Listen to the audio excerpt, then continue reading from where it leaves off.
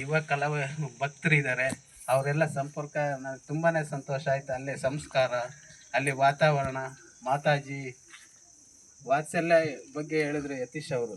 ವಾತ್ಸಲ್ಯ ಅಂದರೆ ನಾನು ಮಾತೆ ನಮ್ಮ ಚಳ್ಳಕೆರೆಯಲ್ಲಿ ತ್ಯಾಗಮಯಿ ಮಾತಾಜಿ ಅವರು ಒಬ್ಬ ಮಗನ ಥರ ಮಕ್ಕಳು ಏನನ್ನ ಕಷ್ಟದಲ್ಲಿದ್ದರೆ ಹೋಗಿ ಹೇಳ್ಕೊಂಡ್ರು ಆ ಮಾತೆ ತಾಯಿ, ನನ್ನ ತಾಯಿ ಮತ್ತು ನನ್ನ ತಾಯಿನ ಕಳ್ಕೊಂಡಾದ್ಮೇಲೆ ತಾಯಿನ ತಾಯಿ ಮಾತ್ರ ಗೊತ್ತು ಮಗ ಯಾವ ರೀತಿ ಇದ್ದಾನೆ, ತಿಂದಿದ್ದಾನೆ ಇಲ್ಲ, ಊಟ ಮಾಡಿದ್ದಾನೆ ಇಲ್ಲ ಅಂತ.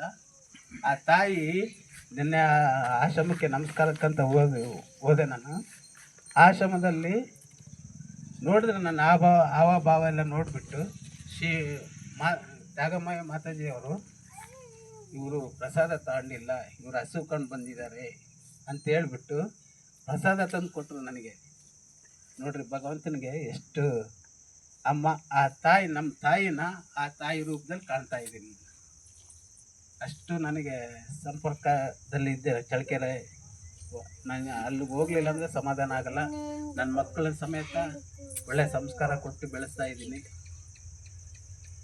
ಮತ್ತು ಕೆಲವು ಘಟನೆಗಳೆಲ್ಲ ನನಗೆ ನಡೆದು ಜೀವನದಲ್ಲೇ, ಅವಕ್ಕೆಲ್ಲ ಸರಳ ಜೀವನ ಮಾಡ್ಕೊಂಡು ಜೀವನ ಮಾಡ್ತೀನಿ.